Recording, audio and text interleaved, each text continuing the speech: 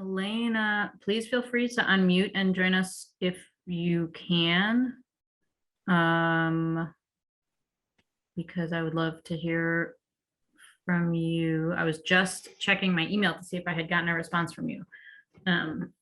So I will share with Nicole and Rafa. So, excuse me.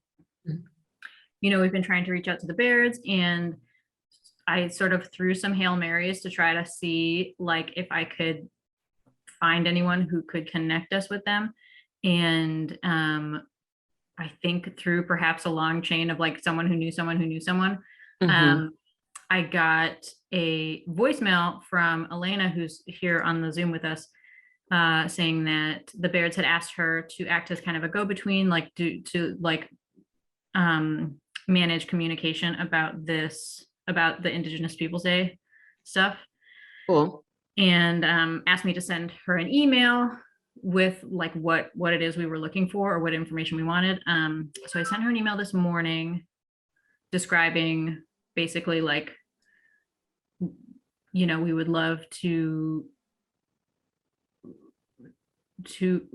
for the Bairds to be engaged in any way that seems right to them, you know, either input and feedback or being involved, like participating in whatever we're doing or whatever. And so I outlined what we had so far been working on.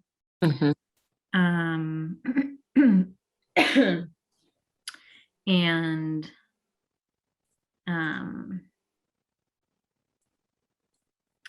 kind of just said like, please feel free to communicate this to the Bairds, and you know, if they would like to give feedback or be involved, that's great. If we need to push back the timeline in order to give them an opportunity to like engage, we can do that. Like nothing's really set in stone in terms of doing it this weekend specifically or whatever.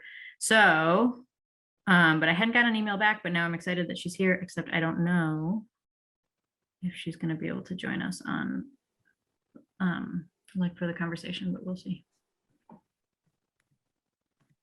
So that's where that stands. Did you ever get a hold of Leonard Rose? No, I'm hoping I sent him the Zoom information for today, so hopefully he can join or hello. Oh, Elena, thank you. Yes, hello. Yes, Lennon Rose is not the right Baird contact. So he's not the correct person. So by correct, what do you mean? He's not a descendant. You want to, it's Richard Baird's family that you want to speak with. Yeah, we would love to speak with Richard Baird's family. We also were, you know, making some attempt to engage with Indigenous folks who might be interested in participating. And since he's Indigenous, we reached out to him as well. Not necessarily as a representative of the Bairds, but as a local Indigenous person. I can get more information on that for you. I am waiting to hear back from the Bairds, but I didn't have any public comment. I just kind of was listening in to hear. Okay, got it. What the discussion was tonight. All right. That sounds great. I appreciate you being here. Feel free to jump in. Yeah, if there's anything else you want to comment on or discuss or anything. And yeah, feel free to send me the information that you were saying about that. Let's see. So that's the update about that. I was in the midst of, so Rafa, right before you got on, Nicole and I were talking about the hashtag Not Your Princess book, and we each had an opportunity to read through it. So it's a collection of, it's not really, I had thought it was a collection of essays, but it's not so much a collection of essays. It's a collection of like poems and anecdotes. Like I mean, I think that they can be kind of, I think that they can be like, I think more like a school essay, like a one-page school essay more than pages. Yeah. They're sort of, some of them are short essays, some of them are poems. Yeah. There's a bunch of artwork, like quotes. There's like a bunch of different stuff in there. And so I had gone through and kind of like marked off ones that particularly seemed like they could work. And I had meant to email them all to you both so that we could maybe talk about it, but I just like my days have been getting away from me. So the email is like only half finished. But so I don't know what's the best way for us to talk through what might be good. Well, do you want to just, the ones that you like, you show, I have the book, so I can show the picture and you can say what page it's on or whatever. Do you want to do it like that? Kind of quickly run through it? I might be able to actually do share screen. So I have the images. Let's see here. I have the images of the various pieces that called out to me. Mhm. So let me see if I can. How can I make this bigger? Oh, technology.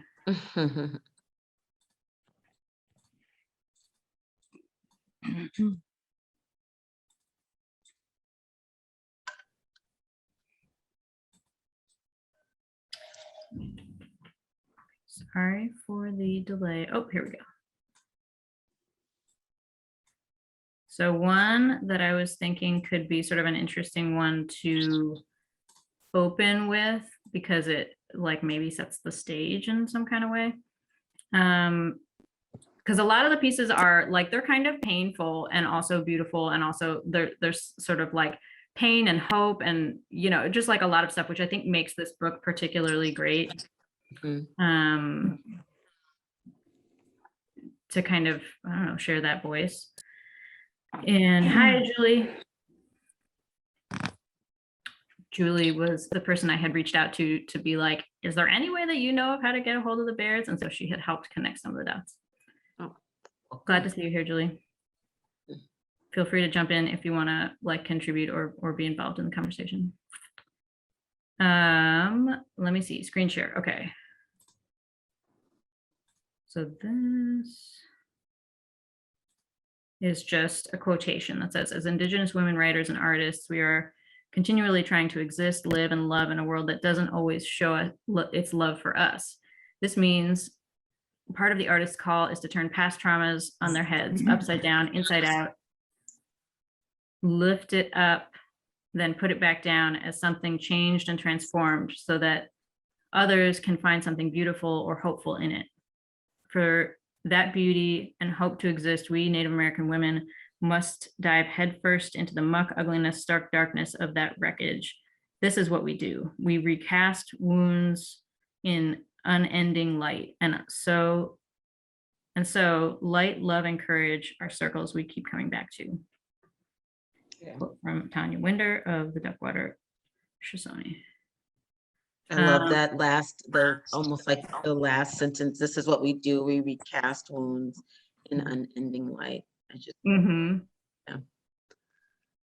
So that was one that I thought was really beautiful. Okay, this one is kind of a problem because I read it on my phone. I have the like ebook version, and this one developed some kind of glitch in the formatting, so you actually can't read it very easily. But I'll show my screen anyway. So this one's called Reclaiming Indigenous Women's Rights. And this one's more of like an essay. And you can see the formatting is messed up. But it talks about kind of some like history and background, and about kind of like structures and histories of oppression, and then kind of similar to the quote, kind of like taking those histories and like moving forward with strength, sort of in community. I feel like this page is like that in the book too. Oh, really? I'll be right back. 1 second. How strange. So I won't read the whole thing because this one's longer, but it's more of a, I don't know, like a little more intellectual take on things. So that's that one. Yeah, there's some good discussion about gender on there. I was just looking at it. Yeah, so like the Jesuits, for instance, would continue like in the 17th century would write about women as like inferior. They would use phrases like beasts of burden to Yeah. describe women, like Mohawk or Oneida women. But yeah, so that's like it's a good good thing to mention that, the it points out how the narratives that we use that have pervaded our sort of conscious are discriminatory and racist, basically. So Yeah, and I love, she shares, maybe I should have not misogynist. stopped Yeah. my screen share, but there's a part where she says, where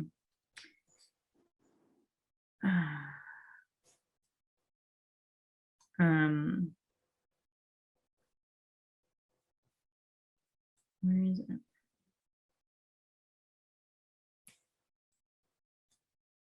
Okay, here it is. So this is part of the ones that's like hard to read because it's messed up. It says in Indigenous culture, Indigenous women and girls are sacred, known as life-giving, as independent, as autonomous, as decision makers. So it like recasts that, like she said in the other quote. So it like gives the contrast of like, this is how Indigenous women were seen by colonizers, but this is how Indigenous women have seen themselves within our own cultures and the strength that's there. So I like that. Nicole, is it messed up in the book too? No, it's right in the book. It Okay. was another book I was reading. So that was one. Let me see. This is a poem. That one, I like that one too, yeah. Oh my God, I love this one. This is more like lyrical, it's more poetry. And it seems to me sort of a mother describing and speaking to her daughter. Dirt road, open windows, beautiful one, too perfect for this world. The immediacy of mosquitoes, humidity choking breath, my beautiful singing bird, 5-year-old. Okay, so I'm gonna have to look up how to say this word. I'm assuming it's like in the language of this person. Gitchadakwe, crying, silent, petrified tears in the back seat until the dam finally bursts. You are the breath over the ice on the lake. You are the one the grandmothers sing to through the rapids. You are the saved seeds of allies. You are the space between embraces. She's always going to remember this. You are rebellion, resistance, reimagination. Her blood will remember. You are dug up roads, 27-day standoffs, the foil of industry prospectors. She can't speak about it for a year, which is 1/6 of her life. For every one of your questions, there is a story hidden in the skin of the forest. Use them as flint, fodder, love songs, medicine. You are from a place of unflinching power, the holder of our stories, the one who speaks up. The chance for spoken up words drowned in ambush. You are not a vessel for white settler shame, even if I am the housing that failed you. So that poem was like very striking to me. Mhm. I don't know. Okay. So I have like, I don't know, kind of a lot of these. There's so many of them. So many of them were good. This is what Nicole and I were saying before you logged on. Rafa, is basically every piece in this book is like very powerful and beautiful. And so it's kind of like hard to pick. I Yeah, like those two that were like, let me find it. One second. Yeah, the freedom in the fog, and then she's homeless, and she goes through like what it meant and how she got out of it. I thought was, I mean, not to read for the group, but I thought it was a really good one too. So. Yeah, and I like how I like the choices because it blends. It's a good blend. Like it includes history and it includes culture, and it gives Indigenous people some sort of in my opinion, it gives Indigenous people some sort of context historically to talk about them truthfully. She does it, Yeah. and because if you're just like looking at it as a culture, then it's Right. they're not just the culture doesn't just exist because it's Mhm. for something for us to like take from and learn from. It's just there's an actual like historical context for all of this, and so yeah. Yeah. Is this helpful? Should I keep going through these? I don't know. Does this feel like? Well, I'm wondering, okay, so who are, like, did we decide like who's reading or? Yeah, great point. So I talked to Teresa over the weekend when we were tabling at the fair, and she's into it. I Okay. told her that one of the books we were thinking about was Hiawatha and the Peacemaker, and this book. Mhm. And so I gave her my copy of Hiawatha and the Peacemaker to read over and see like if that spoke to her. And then I told her I would send her the selections from this book that we ended up making, and so that she could read those as well and kind of decide which one felt like best to her. So that was that's where I left it with her. But she was I kind of explained the reasoning of what we had said before of like, if like we don't want to as white folks be centering ourselves and reading the stories, and if there don't end up being any Indigenous folks who are involved, who feel like reading a story would be a good way to be involved, then people of color who have also been the targets of settler colonialism could be like the next option for who might read. So I was like talking to her about that like reasoning, and she said that she like that made sense to her, and she was interested in doing it.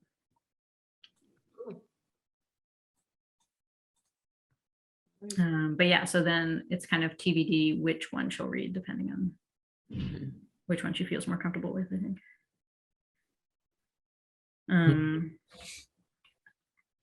So I was gonna ask, so how did the fair go on the second? Did people take the QR codes, and did that go well? And all right, cool. Just checking Yeah, in. I mean, I don't know like if people did stuff with them, but Yeah. I made a bunch of flyers that had the QR codes for the different like actions Yeah. that we had been told to promote. And People were taking them when I was there, so that's. yeah, for sure. But the links on the document that I sent, is that right? Yeah, I took those Oh, okay. links and made QR codes for each Cool. one of those and made a flyer out of it. Right. All right.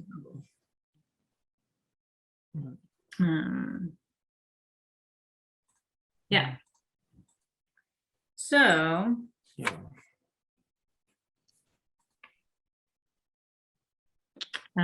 Yeah, we're like kind of at a like, So I I feel like mean, we're a little bit at a standstill, just trying to figure out about who's reading what. yeah. yeah, I think that once we make the selections and I send them to Teresa, she'll be able to like say like which one she wants to do. And then so that covers that one. I'll say, for the benefit of Elena, we had been sort of picking these stories as we went along, and if Deb Baird wanted to be involved in reading one, like if that felt like a meaningful or like thing that she like wanted to do, totally would love that. If she's kind of like, that's not what I want, I don't think that's an appropriate thing to be doing to celebrate Indigenous Peoples Day, or I don't like the choice of the books that you have, anything like that, we're happy to amend any of these choices that we've been making. Or if she doesn't want to be involved, I totally understand that too. There's a lot going on. So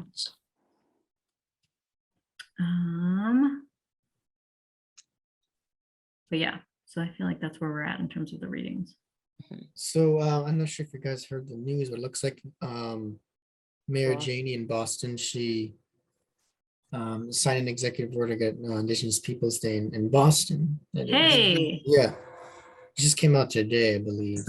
Yeah.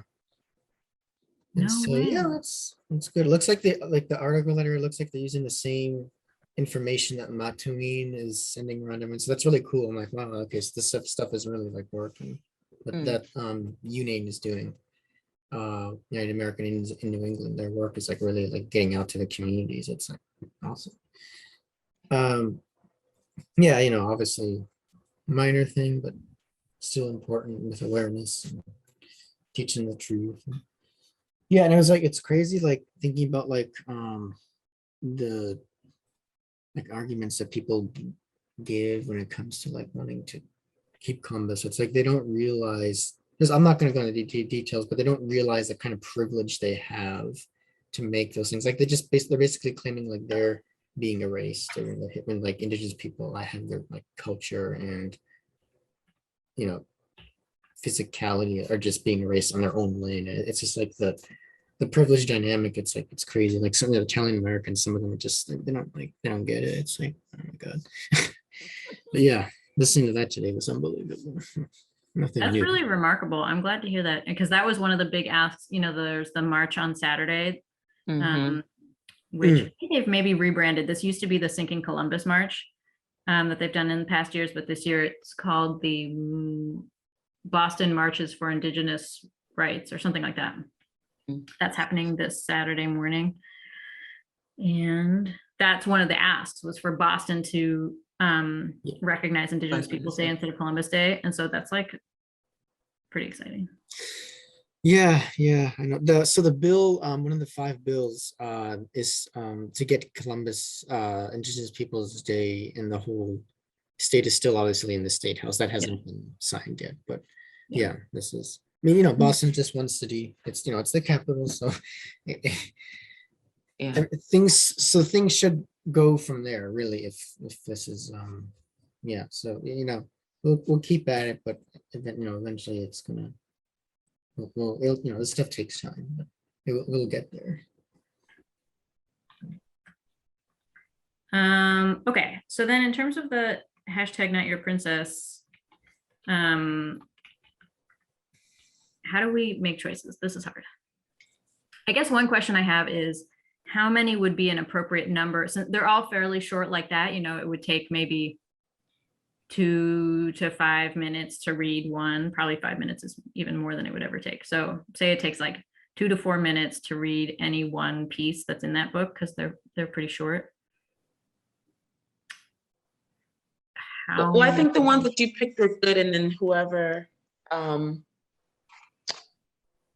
mean, they're all good. You can't go wrong with any You of really them. can't, They're yeah. all really good. One thing I was wrestling with, actually, I'm interested in your feedback on this, both of you.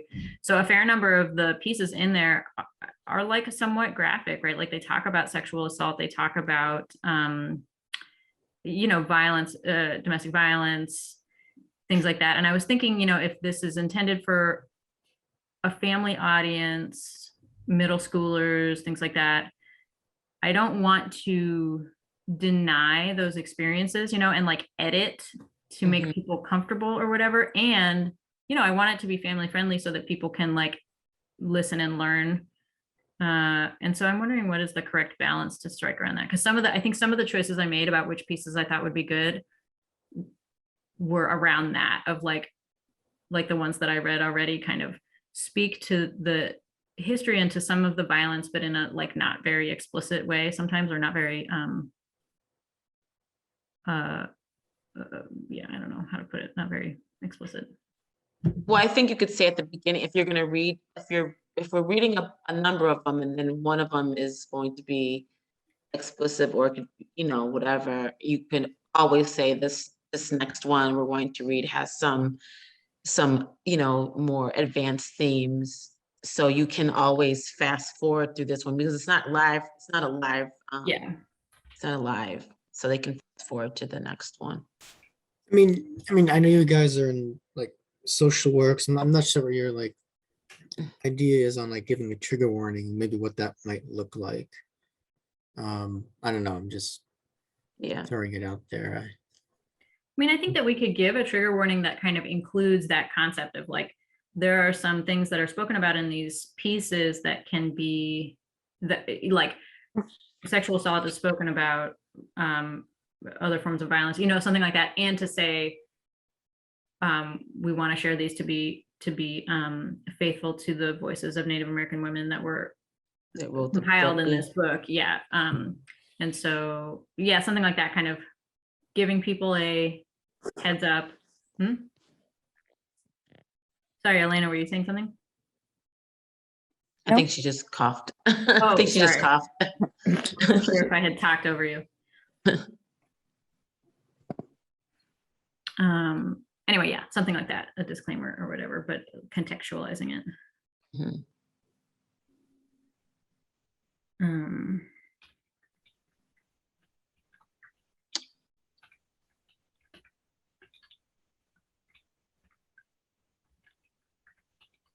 So I'm thinking, so one of those books, to read one of the other books that we're doing, the either We Are Water Protectors or Hiawatha and the Peacemaker, it's probably going to be like maybe an 8 or 10 minute long video. You know, it's not, Hiawatha and the Peacemaker in particular has like a fair amount of text in the book to read. And so I'm thinking about choosing reading from this book. Like, do we want to make one that's kind of like of a similar length to what the other two videos would be? That might be something like picking maybe 5 of the readings from this one. Does that feel like too much? Like it would be too scattered to read 5. Well, if you get the pictures, like if you can do the pictures like you're talking about, and you picked 5 and you ran the pictures, 5 readings and you ran the pictures during the reading, I think that that is appropriate. I think it would be really beautiful actually, and really like interesting. I mean, because the pictures again, like there's some really beautiful things in here.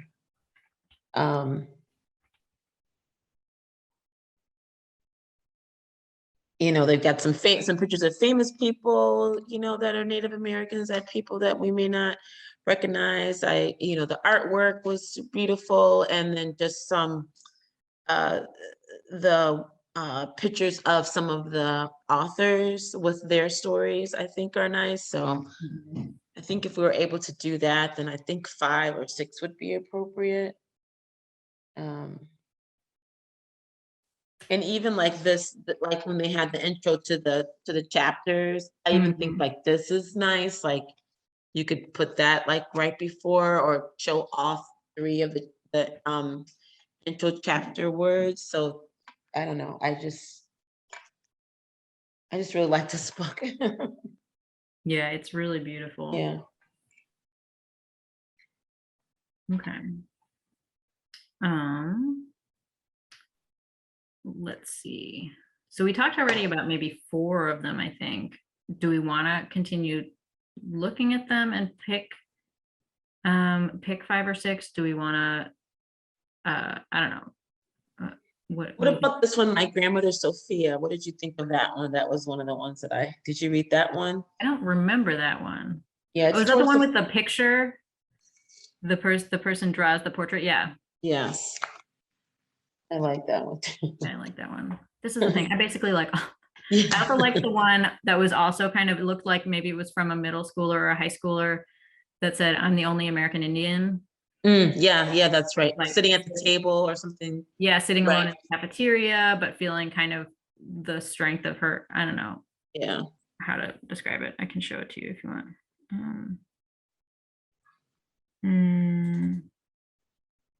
But it's like illustrated, you know, it's not, it's here. So it's 2 pages long. This is the first page, but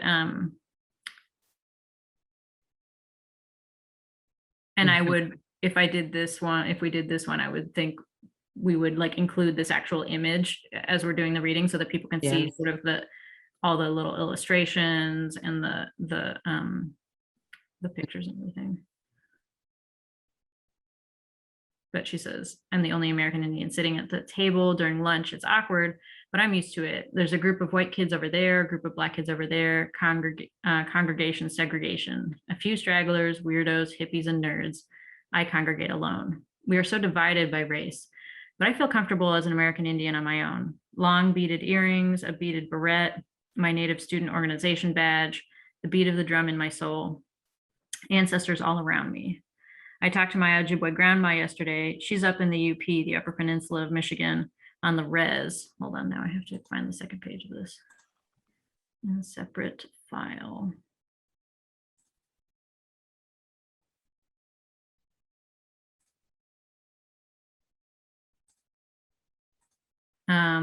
Shifting in my seat, I pay close attention to the birds outside.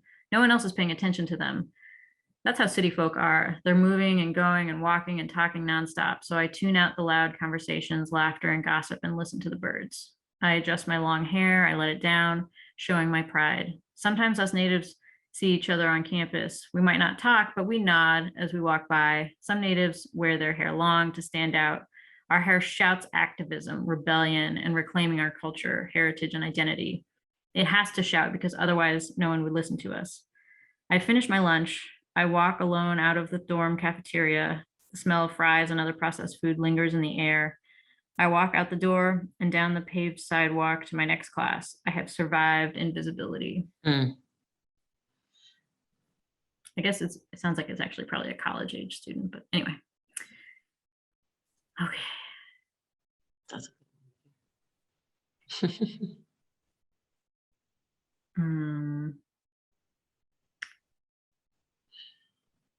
What else? There was one.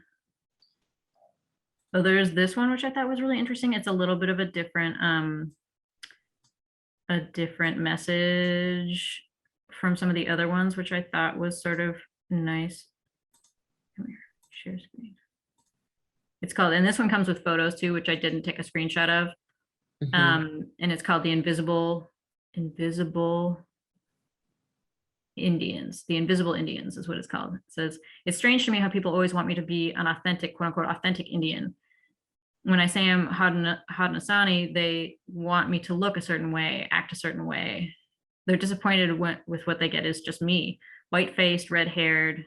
They spend hundreds of years trying to assimilate my ancestors, trying to create Indians who could blend in like me, but now they don't want me either. I'm not Indian enough. They can't make up their minds.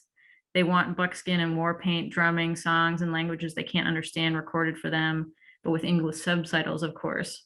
They want educated, well-spoken, but not too smart. Christian, well-behaved, never questioning. They want to learn the history of the people, but not the ones who are here now, waving signs in their faces, asking them for clean drinking water, asking them why their women are going missing, asking them why their land is being ruined. They want fantastical stories of the Indians that used to roam this land. They want my culture behind glass in a museum. But they don't want me. I'm not Indian enough.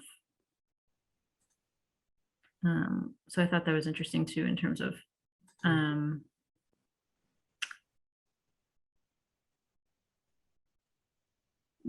don't know, everything. Yeah. I thought that one captured like a bunch of different dynamics, and especially the idea of like, you know, what does it mean to look native? Mhm.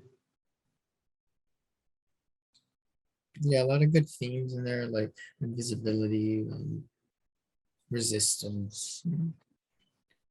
Yeah, I'm just kind of using my own education and background, and not background, but like in my educational background, at least, and understanding this this reading. So yeah. Okay, so we have like a lot. Were there other ones, Nicole, that were on your mind?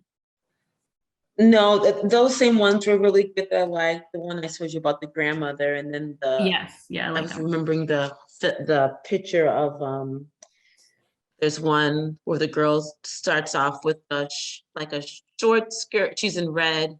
She has a short skirt and her outfit changes all the way through, but she stays the same, and she tries to stay like, you know, how we think of that person as one way, and it's just the same outfit, and she is something completely different. Something like around those. Let me see if I can. Yeah, you show the pictures. I think it makes more sense if you do. Yeah.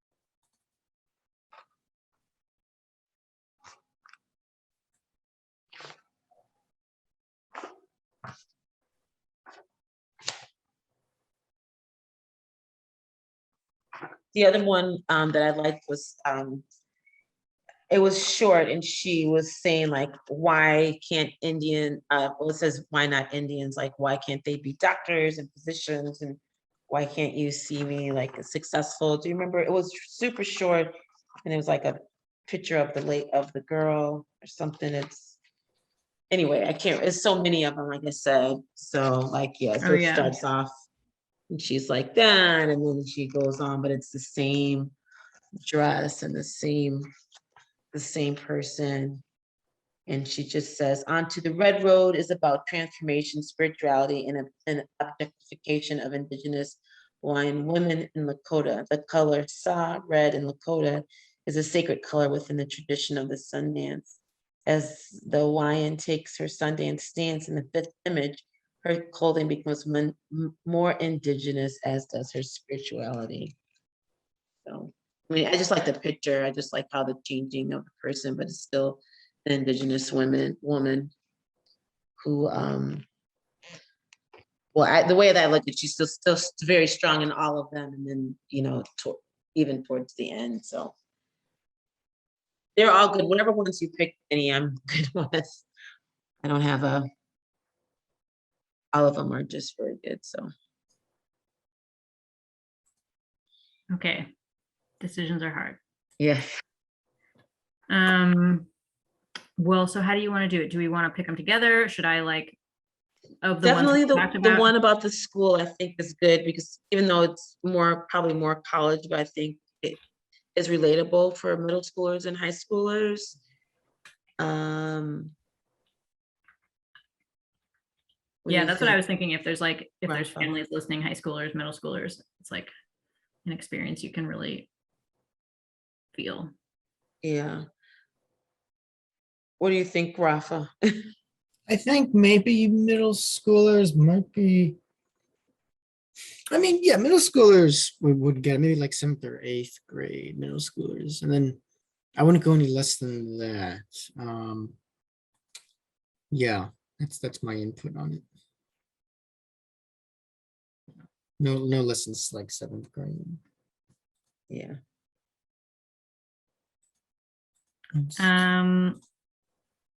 Let's see. So the ones we've talked about so far is the quote in the beginning that talks about like Indigenous women artists turning sort of transforming trauma into hope and light. We talked about the one that's more of an essay called Reclaiming Indigenous Women's Rights, that talks about like the negative stereotypes of Indigenous women compared to the like traditional cultural conception of what women being sacred and life givers. The poem Leaks, about the woman kind of speaking to her young child. The history that's sort of coming through them. The Invisible Indians, about the person who doesn't look quote unquote Indian enough. The one you were talking about, I'm the Only American Indian, about the person in the lunchroom. And the one with the portrait of the person's grandmother. This one, we didn't read this one, but Nicole had brought it up. Seems also like a young person whose grandmother dies, and they sort of like process it by drawing this portrait. And it talks about like the strengths that grandmother had, and a bunch of stuff like that. Yeah.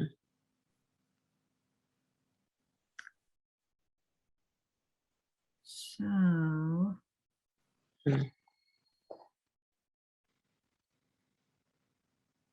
oh, and you also talked about the one about, there's one that's like a story. The author tells her story of being a young person who I think grew up maybe in a foster home or something.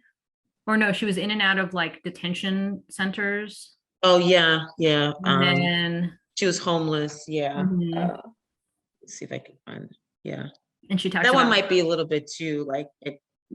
I mean, it could be too advanced, or but it's appropriate for an adult. Yeah. Yeah, and then she sort of talks about this moment where she was like being driven away in a cop car after doing something or other, and she was like, this is not the story that's going to represent my life or whatever. But she also talks about like the institutionalization, like being in a place where all of the kids are like Black and brown and Indigenous kids, and all of the people in positions of power are white people, like the president, the police and stuff.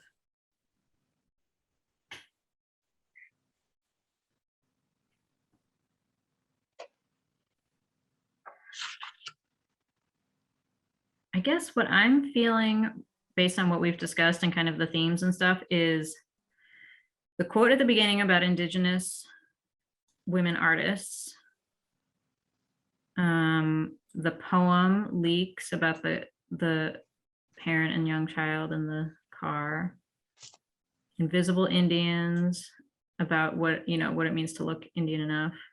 Mhm. The one about the grandmother with the portrait. The one about sitting alone in the cafeteria. Grandmother one is called my grandmother's Sophia. Grandmother Sophia. And then just like all the illustrations and things that we can show as sort of a kind of slideshow imagery as the reading is like an audio track. How does that sound? Sounds great. I'm trying to find the title of the lunchroom one. I think it's called I Am the Only American Indian. Yep.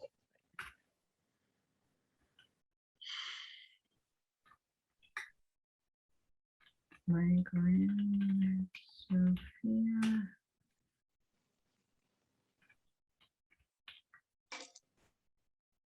Okay, so that's 5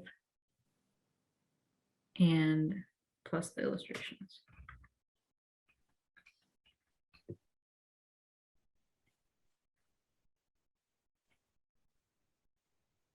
Okay, so I can send that along to Teresa and see like if that interests her. Mhm. Sounds good. Nicole, do you need any like support or anything around recording? You were saying it might be hard for you to record. I think tomorrow I can get it done. What happens tomorrow? I don't think anyone has anything. And I have all of the links from Daniela to add into it as well. So, you okay? And I can send it to you by Friday? Because we're saying Saturday, Sunday, and Monday, right? Saturday, Sunday, Monday. Yeah. So that would be great. Mhm. Did you get? You might have just said this, and I was zoning out. Did you get the stuff from Daniela? The like other information for the post? Yeah. Yes. Okay. Those links that she sent a while ago, right? Yeah. Mhm. She didn't send. Did she send them to all of us? I don't feel like I have that. Oh, maybe she did. Maybe she just sent them to me. Okay. Yeah. So if you can forward that, that would be great. Okay, so just to get the timeline here, just so I'm understanding it correctly. So the recordings will be done, I guess, at the latest Friday, right? And where are we putting them on? Are you putting them on the website, or are we? On our Facebook, yeah. And On then the we can also Facebook, have them uploaded onto the HRC's website. Right, that makes more sense. That makes people see it. Yeah. Mhm. Okay. And then I was also I got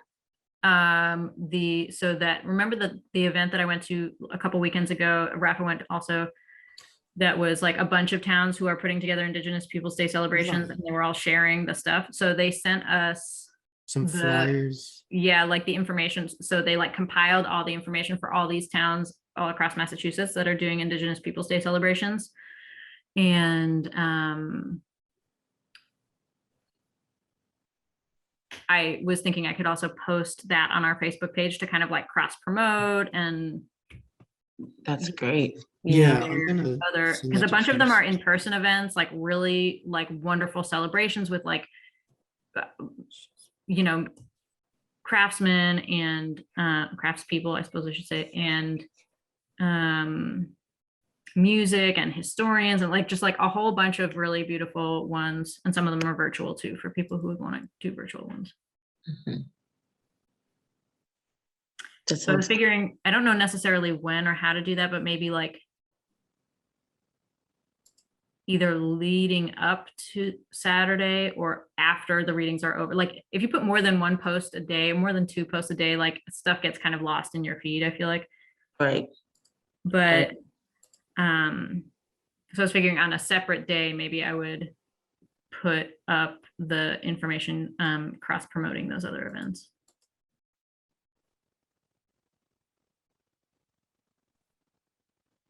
And then we had also talked about after this weekend, having maybe spaced out some other posts as we're coming towards Halloween and then Thanksgiving, talking about, Good morning.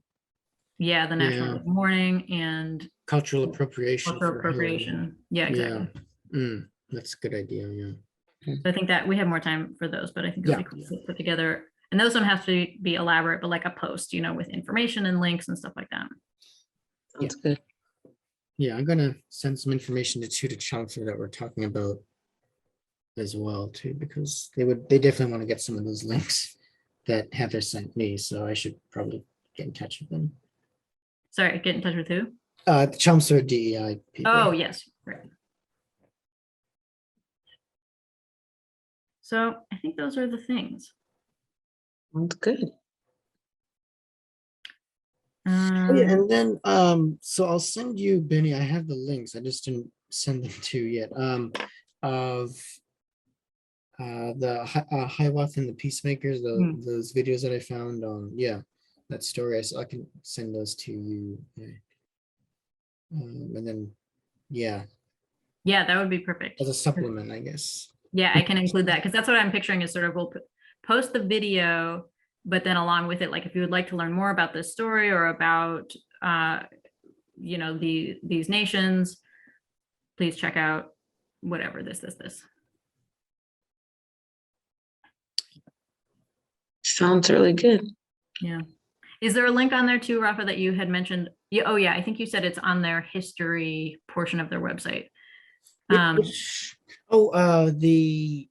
About like the way that the is it the Iroquois Confederacy? Is that the Haudenosaunee, that's right. Yeah, Haudenosaunee. 6 Nations. But it was talking about how that influenced the development of the American democracy. Yeah. I would love to link to that too, because I feel like that's like just such a really cool piece of history that we can share. Because the book, I don't think the book itself references that at all. The book just talks about the Peacemaker story and that history. And then that's really to draw the link then to US history and our modern system of democracy really being based upon that confederacy. So so send me the links, Rafa. That'll be awesome. Okay.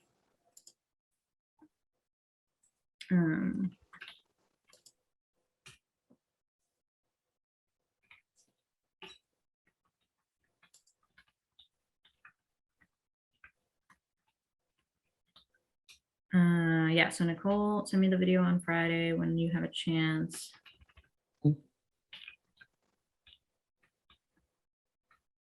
And I think that's good. What else? Is there anything else we need to figure out in terms of what's coming up this weekend? Nope.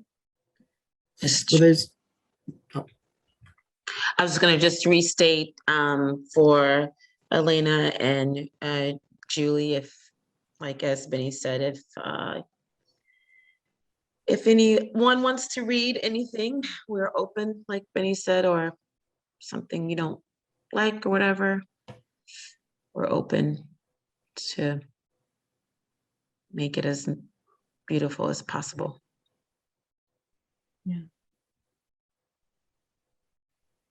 I appreciate the research that sounds like that you've been doing, and I will definitely get more information and get back to you by Saturday if there's anything that the Bairds want to add. That's really wonderful. And I appreciate, I want to say, I don't know. I appreciate that they have so much going on, and I imagine this has not been an easy year for them. And so we would so love for them to be involved. And if it's too much to deal with, or they, whatever, I don't know. The invitation is there, and I hope that they can engage in whatever way is going to be best for them, which might be not at all, and that's totally understandable. So, all right. Thank you all for being here. I think that's about it for, and it doesn't seem like we have to have a next meeting because we're sort of tying Weekend, it all up. yeah. Yeah. Okay. Yeah. Cool.